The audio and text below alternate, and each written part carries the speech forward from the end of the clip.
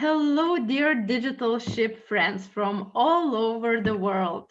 It's the last week of September, and I'm very happy to present our fifth webinar so far to you. This week is special because we're hosting even two webinars, one of today and the other one on Thursday.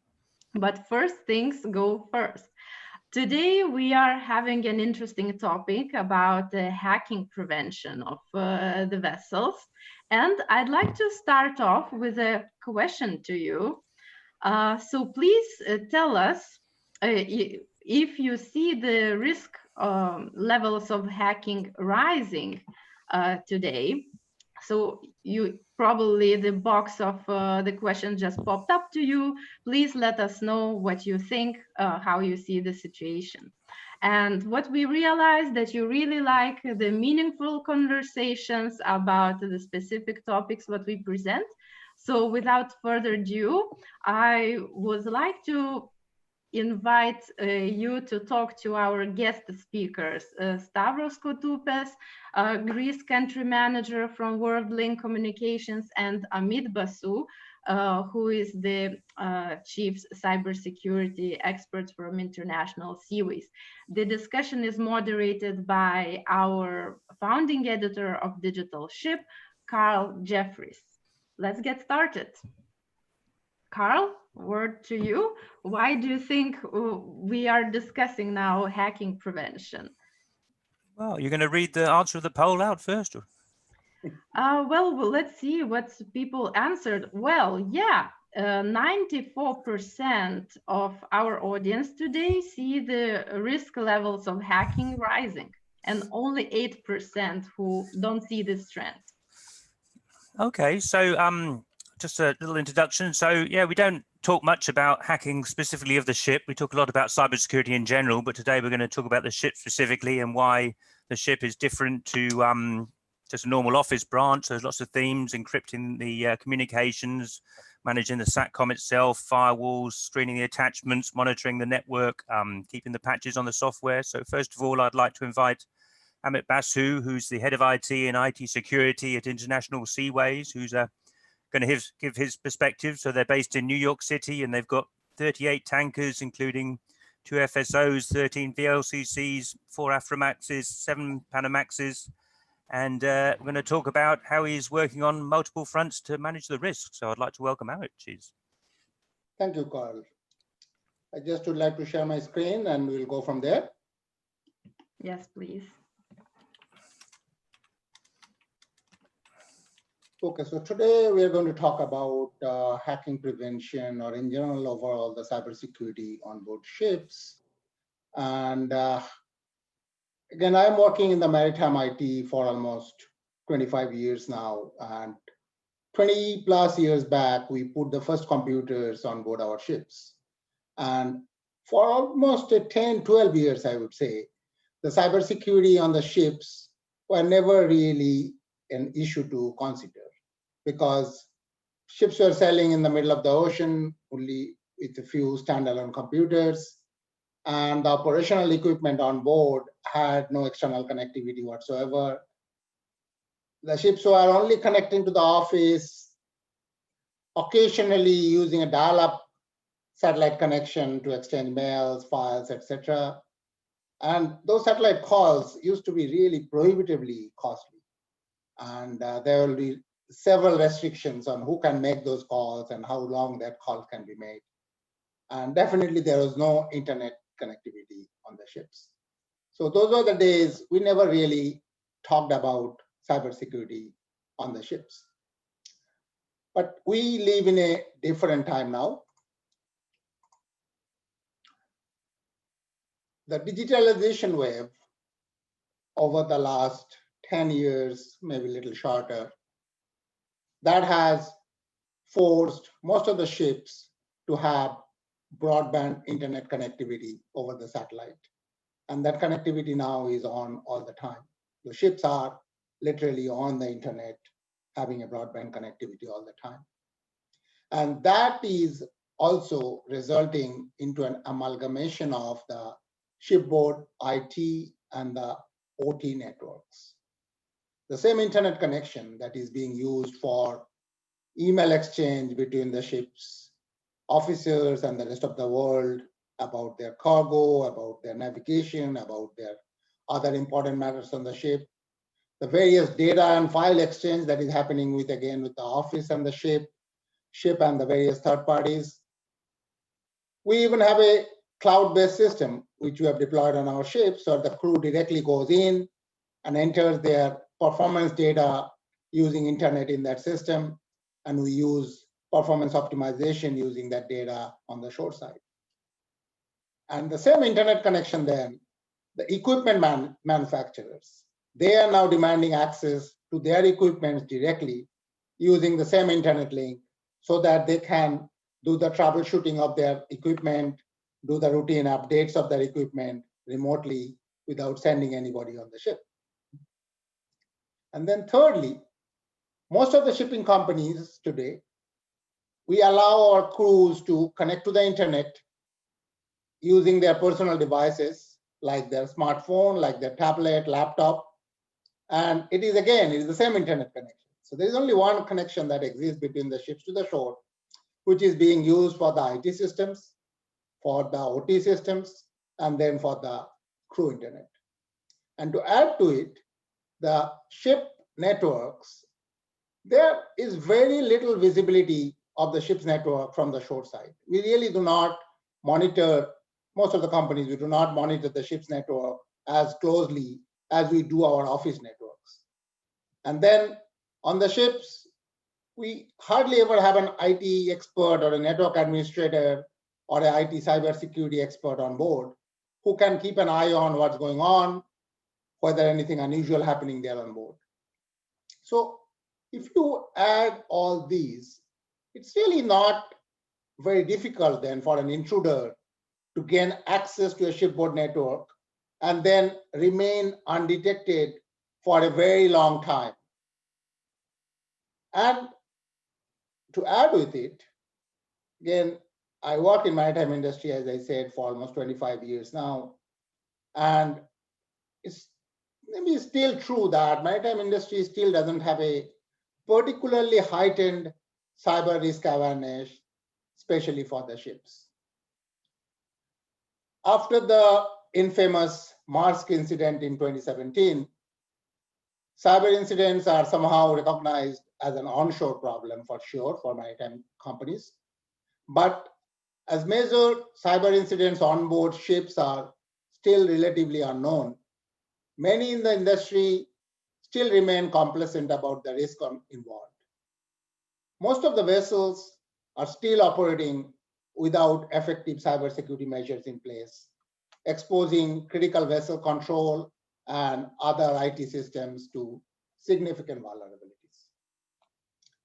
A potential cyber attack on board can cause several different damages. It can seriously impact the safe navigation of the vessel, both in the terms of its position and stability and the cargo operations.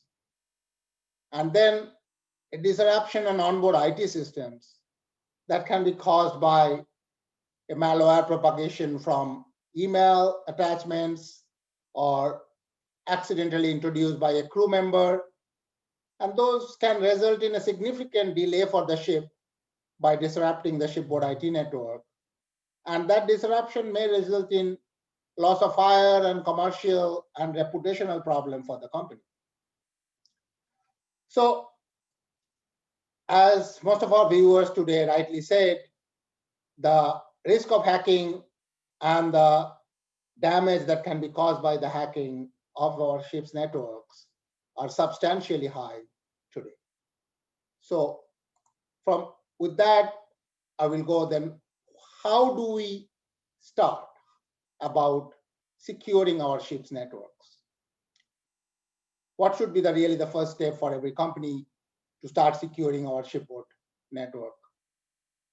We have today from various industry stakeholders and regulatory bodies, IMO, BIMCO, US Coast Guard, and many others have already issued guidance and best practices in order to be prepared to respond to potential cyber risks and recover from cyber attacks.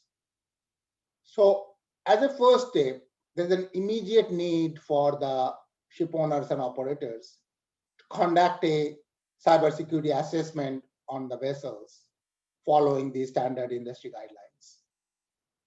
This will help us to discover where our organizations stand today, what are the gaps in our cyber risk management program on board, and then prioritize the recommended steps, measures that come out of the assessment and implement those following our own business objectives and our risk appetite.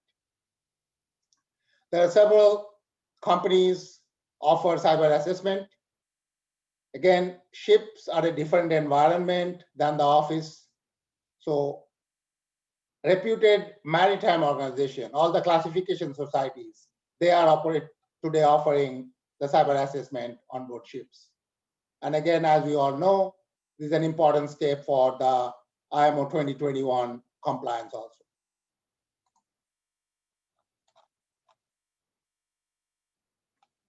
But an assessment will only give us where we stand today and how we can go forward from here.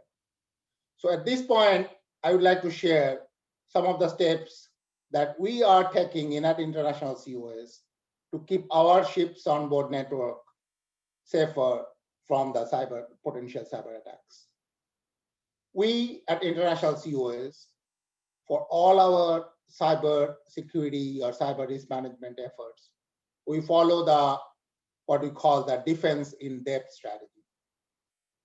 We do that for the office for some time now, and we have started following that for the ships too, where we try to implement multiple layers of security controls so that if one mechanism fails, another will be already in place to thwart any attack. So allow me to share some of the layers that we are either have implemented or in the process of implementing on our ships to improve the cybersecurity on board and to better prepare us to prevent any hacking over the satellite connection. The first thing I would like to stress on, which I mentioned already, that most of the ships onboard network have a very little visibility from the shore side. So it's an absolute important step is to increase the onboard network visibility and monitoring. This will allow us to detect any attack or even attempted attack early, so we can take the necessary steps to protect the ship.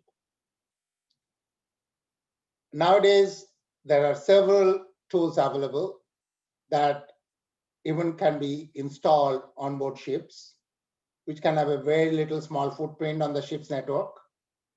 And it will allow real-time monitoring of the ship's network and then alert shore-side based on the company's rules if anything unusual noticed on the shipboard network. Some of these tools are even powered by artificial intelligence and machine learning technology. So what they do is once installed, it for some time learns the regular behavior of a shipboard network. And once it has enough data point to arrive at a baseline for the shipboard network, then going forward, anything unusual that happens from that baseline, it creates an alert. So it's really learns over time and gets further intelligent as time passes by. It reduces the false positives and allows us to get only the true alerts and notifications from the ships when something unusual happens on the ship's network. We at International Seaways are actually in the process of implementing such a tool on our ship's network. Again, there are a few such tools available. We are working with a US company called Gradient Cyber. We are implementing their artificial intelligence and machine learning based tool on our ships, which will alert even a security operations center that's provided by Gradient Cyber, who are the 24/7 monitor any such behavior coming from our ship's network, and then alert us and our ship's operations about anything unusual that needs to be attended to. I feel this is a very good step to follow because visibility of the network is very important to detect an attack early or thwart an attempted attack from causing any further damage. As a second step, as I mentioned, that at this point, the internet connectivity that is there between the office and the ship is used by the IT, the OT, and the crew. So it's absolutely important that we segment those networks. Keep this traffic that is coming from the different equipments, the IT, and the crew personal devices. We keep these traffic separate into separate segments on board so that in case if one is compromised, the other does not get impacted by that. Ensuring a strong identity management system and a cyber hygiene on board is also critical. We do have a lot of external people visit ships. They come in the close proximity of the ship's equipments and the computer systems. We have regular crew changes on board when one set of crews passes on the passwords to the other set of crews. So having a strong identity management system on board that ensures the password security and the appropriate access to the ship systems is absolutely important. Patching of the IT systems, keeping the antivirus or any other malware protection systems up to date. This was not common until very recently. Getting the ship's computers patched or sending antivirus updates on a routine basis, maybe even daily. This is, as of today, is absolutely critical. We don't have a choice to keep them patched and keep them all up to date. IT systems that are on board, making sure all those systems are designed with cybersecurity in mind. We need to talk to the equipment providers as they provide new equipments or upgrade their equipments, whether those equipments are well guarded against the potential cyber attack. And then at the last but not the least, crew is the first line of defense. So we need to train our crews in two things. One is we need to continuously train them on cyber awareness matters. They should be able to detect anything unusual if they see in their computers, in their systems, and alert the office side to take the action. And this has to happen on a routine basis because the threats keep changing. And then on our ships, we already are very familiar against incident response plans and incident response drills. We now need a cyber incident response plan and a regular drills to get the crew prepared against any cyber attack and how to react using that drills. So these are the steps that we are either have implemented or in the process of implementing on our ships. And I would definitely recommend for every shipping company having an onboard internet connectivity to follow. So quickly to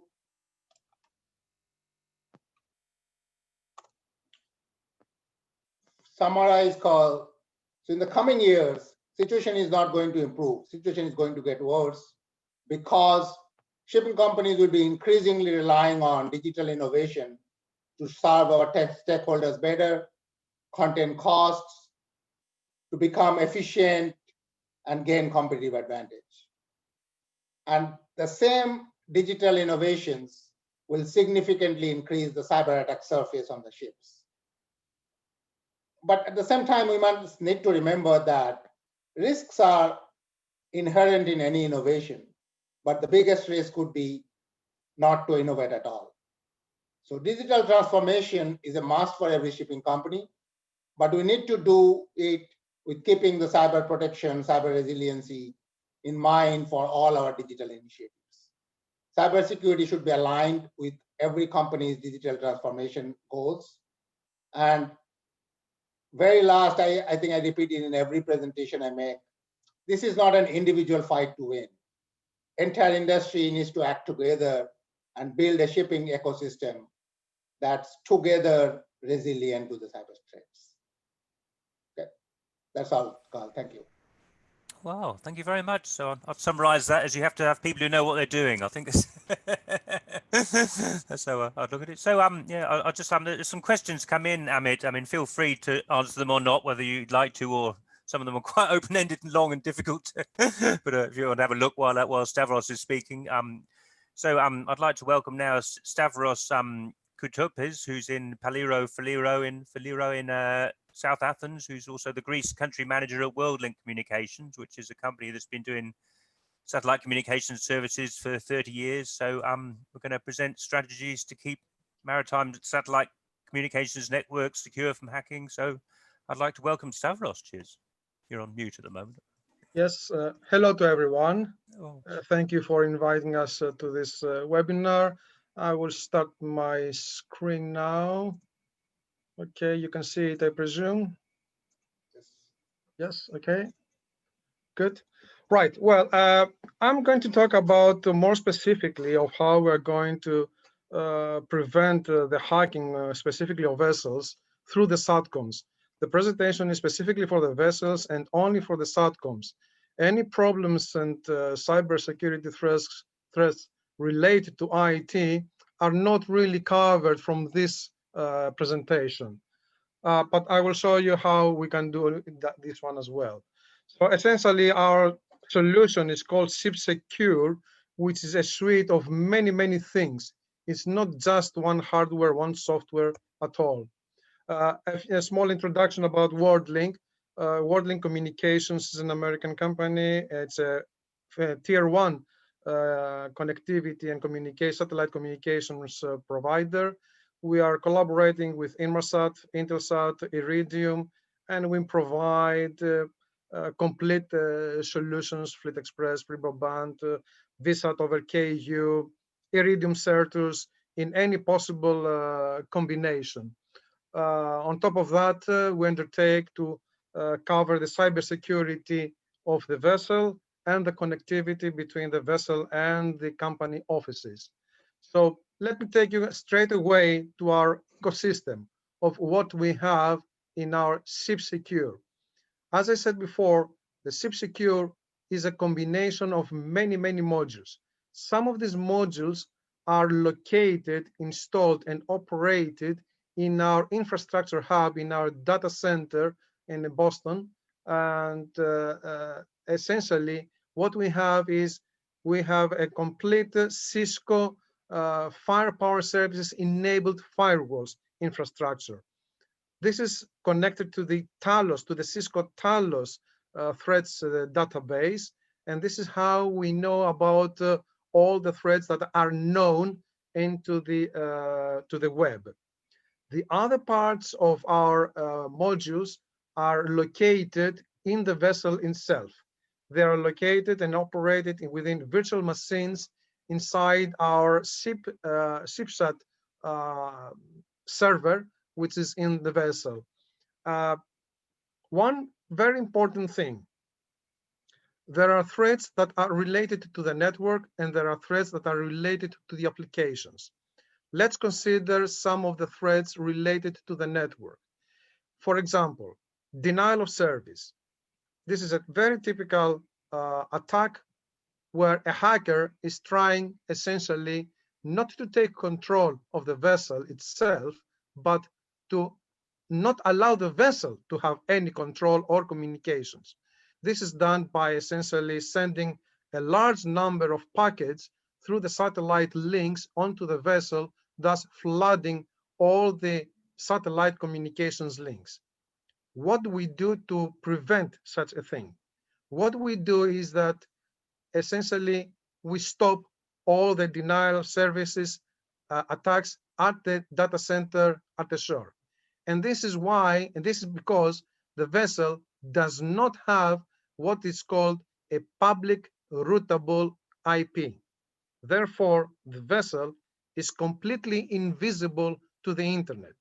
It is not possible for anyone to access the vessel infrastructure directly. they have to go through our data center. The vessel does not have an IP, essentially. So what is the benefit of this? The benefit is that if there is an attack that originates from the shore and targets a vessel, essentially is stopped at the data center of our data center. This means that the downlink from the shore, the satellite downlink from the shore to the vessel is completely free. If the attack would be stopped in the vessel, both the download and the upload link of the satellite would be flooded and they would not be operable at all. Nobody would be able to access the vessel and do anything on the vessel. Therefore, we ensure that we have access at all times through the satellite links, which cannot be flooded through a denial of service attack. The same thing regarding a denial of service can start from within the vessel. This is stopped again from the ShipGate module. The ShipGate module is a Cisco firewall which is loaded with the firepower services. It's not the simple old-fashioned ASA firewalls. It has firepower services on it as well. Essentially, it's a smaller scale of our firewalls in the data center. So that means again that any denial of service that may start from within the vessel, somehow, we'll come to that later, will be stopped and will not be propagated through the satellite links. Again, preserving the satellite links, which are the most precious commodities of any satellite communication in the maritime industry. Remember that we only have approximately 2 megabytes of downlink. We only have up to let's say 256 kilobits, sorry, of upload links, and these are very, very precious. So we have taken care of the denial of service attacks.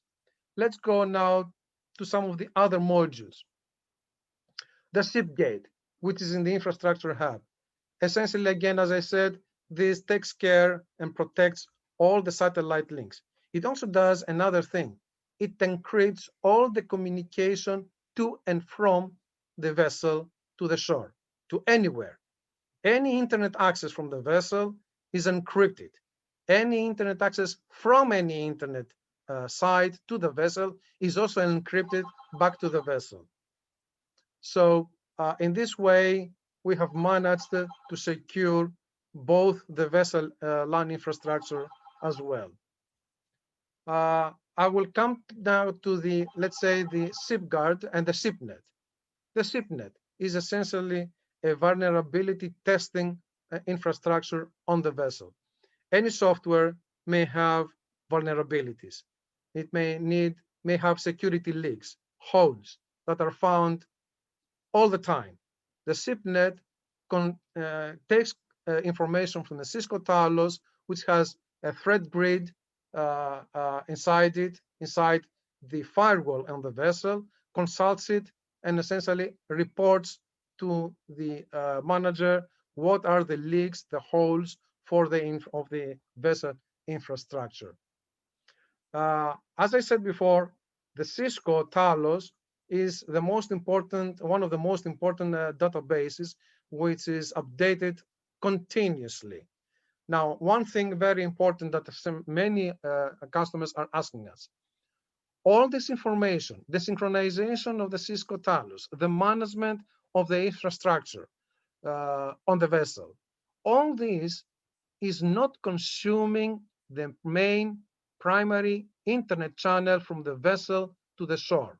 Therefore, if you have purchased 2 megabits, you get 2 megabits.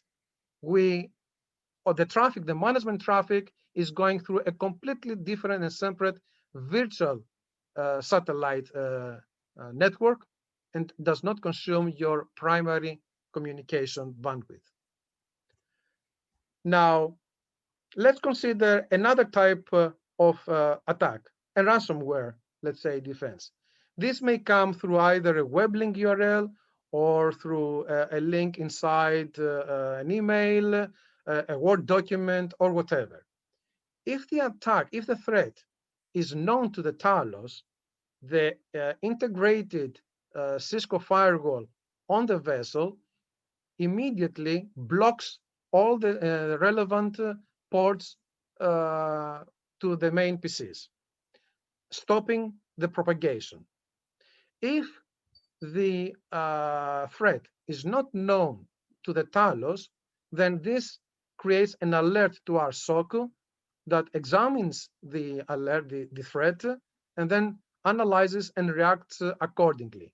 They may have the need to access the switch of the vessel directly and close specific ports, or may take specific actions on the LAN infrastructure of the vessel.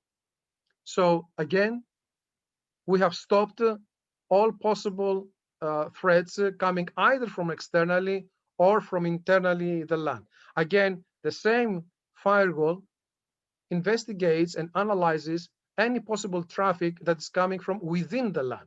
Suppose that you have allowed or you have forgotten to lock a USB, and somebody plugs in a USB stick and something comes into the LAN. The vessel firewall from Cisco will analyze all the traffic from all endpoints in the vessel. Now, this is a very nice picture.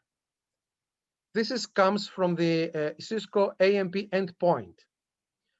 This kind of trajectory, it shows us in time the trajectory of an attack. It shows us the IP. It shows us the MAC address. It can show us which file, the file name that was affected. It shows everything. It shows how we have been attacked or how the vessel has been compromised. Now, this is what I call real-time attack monitoring. What does this mean? It means that, let's consider the Maersk accident. They stopped, when the attack happened, they closed everything. PCs, servers, communications, everything. They didn't know what had happened to them. They didn't know which devices had been affected. And then they started, obviously, powering up each device, cleaning it up without knowing if the device was affected or not. Therefore, they were wasting time cleaning possibly PCs that were clean and they had not been affected. With the AMP endpoint trajectory display, you can see, any IT manager can see which devices have been affected and how to manage them, thus without saving time on clean devices, on clean PCs. This is very important because at the time of an attack, you don't have time to react. You have to be very quick. You have to be very quick. This kind of graph can be seen from either an IT on the vessel or from the IT anywhere in the world. Again, and since we have secured the satellite communication links, this kind of information is near real-time accessible from anywhere in the world. Now, and a possible report, this is a possible report from the AMP endpoint that shows the compromises, which computers and how many have been affected, the status of the antivirus definitions, the threats, and all the possible vulnerabilities. Now, the ShipNet. As we said, the ShipNet is a vulnerability investigation system. Essentially, what it does is it searches and analyzes all the PCs, all the end devices on the vessel LAN, and grades all the PCs according to a security grade. F is the worst failure. Essentially, the worst grade. A is the best grade, which means that you don't have to do anything. In any other case, the vulnerability testing, it will show you a report for every PC, what is the leak, what is the description, and the possible resolution, a fix on what to do. In this way, you can prioritize your actions, you can secure the leaks that are can be easily patched. I saw a question before regarding third-party software. I mean, if the software is if it has been tested and it's known, then this system can identify what are the leaks, and they tell you which are the patches, possible patches that can be taken, must be applied. Obviously, this is the job of the IT to know what is the ERP that is used, the application that is used in the cargo room, in the engine control room, or whatever else. So again, this gives you an insight and gives you a good way to prioritize your actions and bring your vessel into the A grade. Now,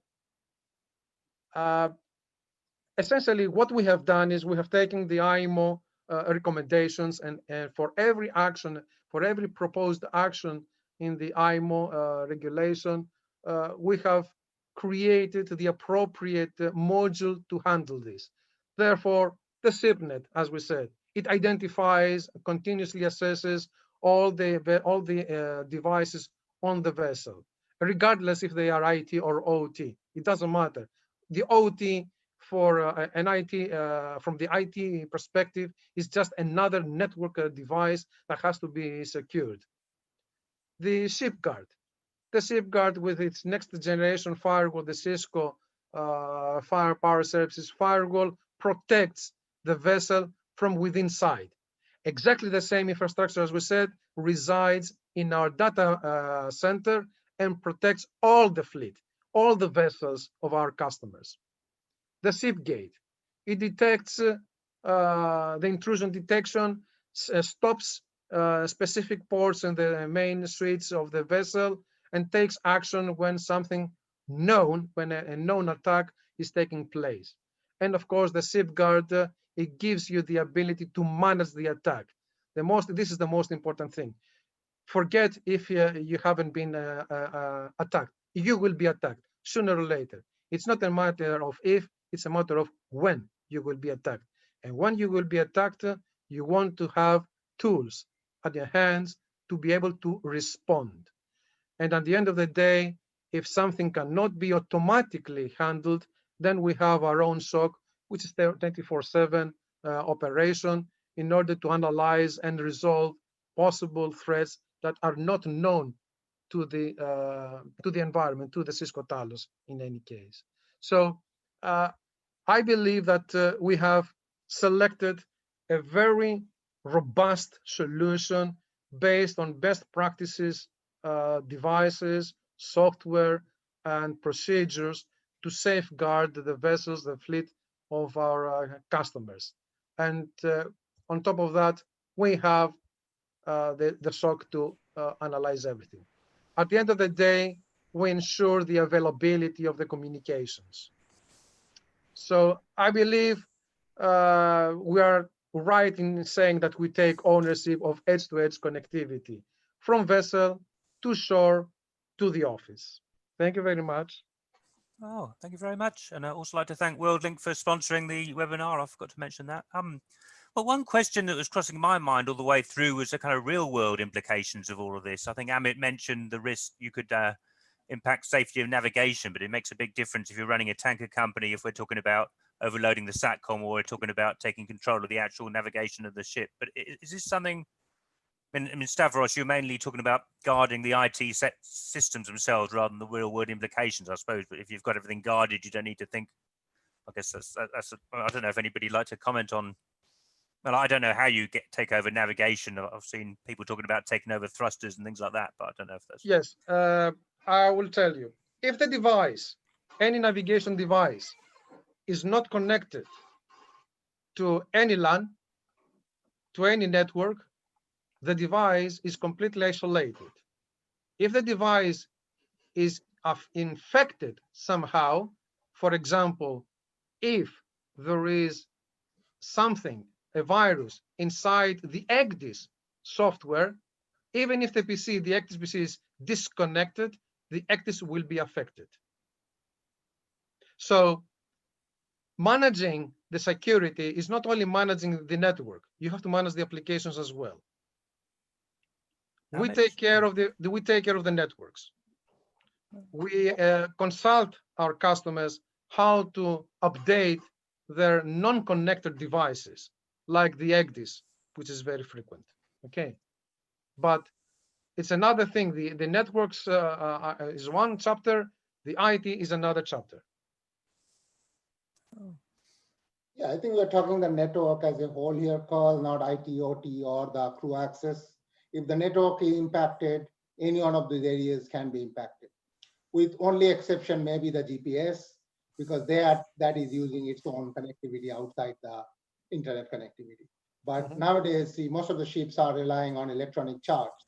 So those chart systems, the chart updates are coming using the same internet connection, the chart updates are coming on board. So if that can be played with, that can definitely cause a problem with the navigation or even halt the ship for some time, causing delay.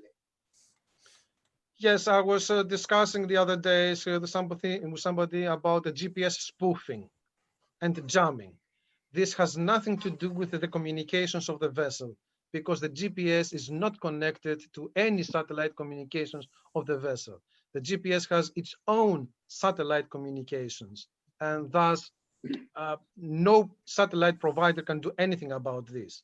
There are solutions for GPS anti-spoofing and anti-jamming, but this is not related at all to the vessel satellite communications. Okay. I'd like to pick the question from Prashant Singh to go first, was about the suppliers. So when you've got a software from the ship propulsion system, well, he's saying how do you verify that the software and hardware from your suppliers is cyber secure? I think that's a question which often comes up. I don't know if Amit or Stavros, you'd like to have a go at that one. Yes. As I said before, we can check the cargo, let's say, or whatever, the engine PC, how it is connected, but we cannot know what is happening with the software. It's up to the software vendor to ensure that it has its own patches applied. Essentially, any device to communicate with the outside world, somehow, it has to go through our networks. If we safeguard our networks, no application can go in and out without us knowing how and where it's going. Well, Amit, do you have any perspectives on that? If you're, how you be sure about the cybersecurity of products you're buying? No, I kind of agree with Stavros on that, really. That. Okay. Some of the questions, Carl, on the. You want to choose one to answer? No, there are a few questions on the updates sent to the vessels, and I'd like to take that really. Yes. For the antivirus updates, really nowadays, whenever there is an update available, that update should be sent to the ships. Antivirus, we do not have a choice. It can be multiple times in a day. Most of the ship-based antivirus providers provide email-based antivirus updates. So the load goes as an email attachment and then get distributed on the ship. So that should be sent as and when it is available. The Windows patches or those kind of system software patches, we try to send it at least once in a quarter, same cycle that we can manage in the offices. Because again, we cannot take a chance on Windows vulnerabilities. Well, somebody asked about vulnerability scans. I think that is important because some of these computers are now carrying critical IT applications on board. So running a vulnerability scans on those machines monthly basis is important. So you know if you are carrying any vulnerability on board. So these kind of things were not very common on the ships. Earlier, we used to put a computer and forget about it till that computer breaks. But unfortunately, we live in a different world today. We got to keep the upkeep of those computers, keep them updated on a regular basis. Yeah. Yes, may I add something? Yes. Please. The vulnerability management system that we have, we can configure it to execute the vulnerability assessment as many times as we want, as frequent as we want, and for any possible device. Therefore, even if we have, let's say, complete a cycle, a vulnerability cycle, and we have taken some decisions what to patch and not what not to patch because we don't have the budget or whatever, and a new PC comes into the vessel, we can run a specific vulnerability testing for that device. and we can run it after 2 days, after 1 week, after whenever we want. Let's say the advantage of our let's say offering is that the IT manager can execute the vulnerability testing as many times as he wants, whenever he wants, without any extra costs. Well, Vida, you want to choose a question? There is a question for Amit from Kumar Sundaram. He's asking, based on your presentation, are you allowing direct access to websites from your ships? If so, how do you manage the security? We do allow website access from the crew personal devices. We allow the crew to do the internet access within the boundary of our company's policies. So we do have a firewall on board that controls if any sites we prohibit from going, but not from the actual IT computers and all. They're even more stringent than what sites you can do. But yes, we allow crew internet access. We have some certain restrictions, but we do allow crew internet. Oh, Stavros, there's a couple of questions about denial of service in your data center, and if that makes for a single point of what do you call it? A single point people can go after. I don't know. I imagine the data center. Single point of failure. Single point of failure. Yeah. Do you want to reply to that one? No. Why should it be a single point of failure? I mean, I will tell you something else. If this is a single point of failure, we are going to blame Cisco. So yes, indeed, we have enough processing power in our servers to manage a denial of service for all the vessels. And as I said before, we're using Cisco. We're using the reference Rolls-Royce of the market, how to call it. Okay, this is the reference line. All right. So if something bad happens to our vessels, I can imagine that the Cisco reputation will not be very good. Yeah, there's a related question from Vincent van Rossum. Since you can only control the vessel side, are you taking measures to prevent hackers from taking the one line of communications down? But I think you've answered that because you're controlling the other side as well, aren't you? Exactly. Because as I said, it's not possible for anyone to bring down any satellite communication link, either if it starts the attack from within the vessel or from without, from externally, from the shore, because we stop it either at the shore or within the vessel, within the Cisco Firepower Services firewall. Oh. I'm looking at this question from Vincent Gonin. If you're monitoring the vessel network, doesn't that use extra bandwidth through the satellite? Is that something you'd like to? Yes, and I said that it is not using the bandwidth that you have purchased. It's using a completely different virtual channel of communication.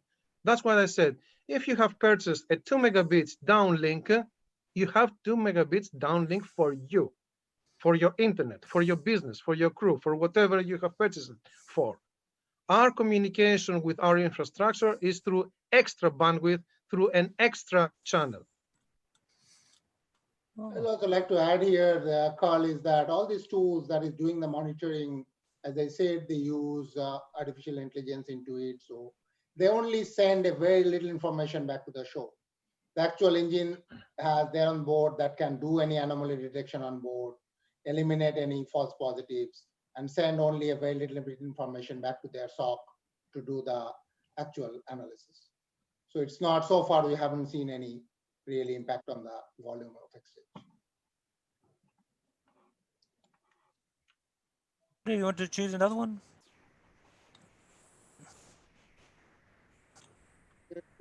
Somebody was asking about the tool that we are using for our shipboard network monitoring. Again, there are several on the market. The one we chose is a company called Gradient Cyber. They're a US-based company, and we are implementing their appliance on our ships. They have a 24/7 SOC that would provide the monitoring for us. I would like to make a clarification to a question from David Cheyette. WordLink Communications is a VSAT provider. It's a tier 1 VSAT provider, let's say equivalent to Speedcast and Marlink. So Essentially, we have our own, we manage our own Intelsat, let's say, satellite network, and we're reselling the Inmarsat Fleet Express Flibrobandt, and we're using the Iridium Certus network primarily as a backup to a KU VSAT solution. So WorldLink Communications is a tier 1 satellite provider. Oh, do you want to try this top one from Alexandros Angelin? So, how does your security operations center have knowledge over zero-day attacks? There's another comment in there from Wei Ho about what the security teams do. I think you answered that when you said if they don't know the attack, they investigate it. The SOC, our SOC team investigates and reacts immediately because they have a real-time view of what is happening in the vessel LAN. Oh. There's a general question a while ago, yeah, right at the top, that do we have, is it the more connectivity we have, the more cyber risk we have? I guess you would answer that it depends on how good you are at managing it. I suppose. The more attack surface, more devices you connect, the attack surface increases, and as the surface increases, you are more vulnerable. Wow. Well, I've had other discussions with people saying the attack surface is not a useful term because it's more of a technical term, but what hackers are actually thinking is what can we do in the big picture, aren't they? Which I suppose, I don't know if it's easier to hack a ship now than it was 20 years ago, or when the satcom systems first came in. I don't know if it is. It's again, yes, Carl, absolutely, because when the satcom systems first came in, we were not connecting that to the internet. We were using it to dial into a pool of modems in our offices or in a provider's office. And it used to be a dial-up connection just for email or a data exchange. And then as soon as that is done, it used to be disconnected because it was so costly. Now we have a 24/7 broadband internet connectivity sitting with the ships. And definitely that makes them more vulnerable. I would like to answer a question to Samuel Vo about segregation of networks and how do we manage to answer needs where the office network needs information from industrial equipment. What we do is we can create as many VLANs inside the vessel as the vessel requires. So we have one commercial VLAN for the business operations. We have another VLAN for the crew. We have another VLAN for the engine. And therefore, all these VLANs can appear as separate networks inside any IT company. And since if they have also the ability to connect through the VPN, they may be able to see the devices on separate networks and connect to any one of them securely. So yes, we do use VLAN segregation, and we can create an infinite, almost infinite number of VLANs isolating each group of devices. Oh, there's a couple of questions that got 2 likes, so I guess we ought to take these ones next. There's one for each of you there, I think. So, Amit, would you like to take Edwin France's question? Do you have? Oh, would you be willing to share your training scenarios? That's the second one from the top there.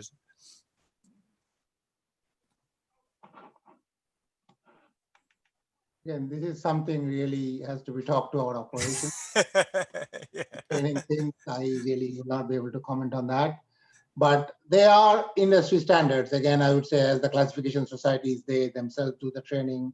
They allow you to develop your plans. So there is nothing really, anything very specific there. But keeping them up to date, keeping them training regularly, that's where the key is.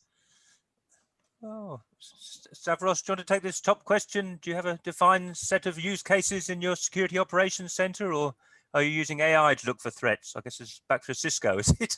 Exactly, it's back to the Cisco and the analysis that provides us to help us identify suspicious traffic.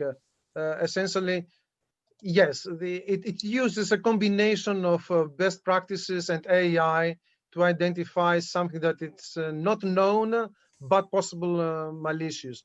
A very typical example is what is classified as potentially unwanted programs.